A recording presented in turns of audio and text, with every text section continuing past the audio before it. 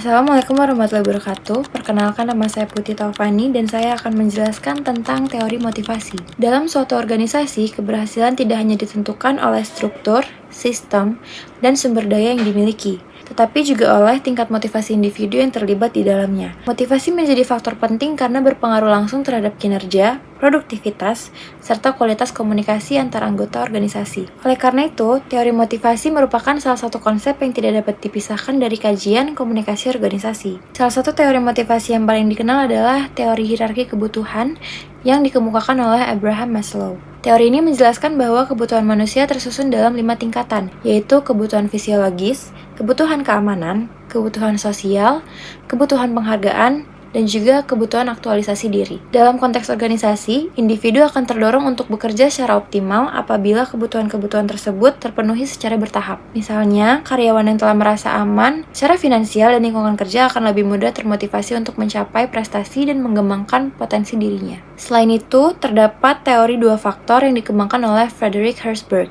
Herzberg membagi faktor yang mempengaruhi motivasi kerja menjadi 2 kategori, yaitu faktor higienis dan faktor motivator. Faktor higienis mencakup gaji, kondisi kerja, serta kebijakan organisasi yang berfungsi untuk mencegah ketidakpuasan. Sementara itu, faktor motivator seperti pencapaian, pengakuan, dan tanggung jawab memiliki peran langsung dalam meningkatkan kepuasan kerja dan motivasi individu. Dengan demikian, organisasi perlu memperhatikan kedua faktor tersebut secara seimbang. Selain kedua teori tersebut, terdapat pula teori harapan atau expectancy theory yang dikemukakan oleh Victor Vroom. Teori ini menjelaskan bahwa motivasi seseorang dipengaruhi oleh harapan bahwa usaha yang dilakukan akan menghasilkan kinerja yang baik, serta keyakinan bahwa kinerja tersebut akan mendapat imbalan yang sesuai. Dalam organisasi, hal ini menunjukkan bahwa komunikasi yang jelas mengenai tujuan, penilaian kinerja, dan sistem penghargaan sangat diperlukan agar individu merasa termotivasi. Dalam perspektif komunikasi organisasi, teori motivasi berperan penting dalam menentukan bagaimana pesan disampaikan oleh pimpinan kepada anggota. Komunikasi yang efektif tidak hanya bersifat informatif, tetapi juga persuasif dan suportif.